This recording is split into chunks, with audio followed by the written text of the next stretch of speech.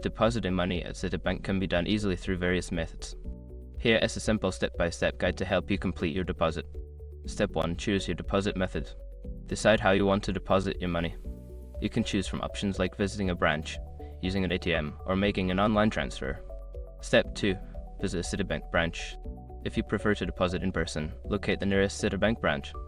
Bring no cash or checks and your identification if required. Step 3. Use an ATM. If you opt for an ATM deposit, find a Citibank ATM that accepts deposits. Insert your debit card, enter your PIN, and select the deposit option to begin. Step 4. Complete the deposit slip. For branch deposits, fill out a deposit slip with your account information and the amount you wish to deposit. If using an ATM, follow the on-screen prompts to enter your deposit amount. Step 5. Confirm your deposit. Before filing a refund or dispute, use the srock.com link in the description to open the refund dispute deadline calculator and confirm your deadline. By following these steps, you can easily deposit money into your Citibank account. Remember to keep your receipt and check your account balance afterward to confirm the deposit was successful.